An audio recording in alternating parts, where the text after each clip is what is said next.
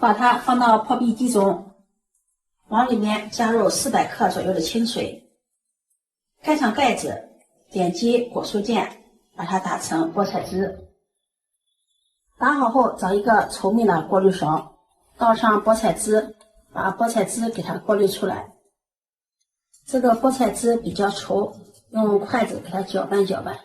过滤出200毫升的菠菜汁就可以了，剩下的这个渣渣就不要了。准备300克的面粉，加入2克食盐，增加面粉的筋性，用筷子搅拌均匀。用过滤出来的菠菜汁和面，这个菠菜汁我们用200毫升就可以了，边倒边搅拌，搅拌成面絮状，下手揉成面团，把它揉成一个偏软的面团。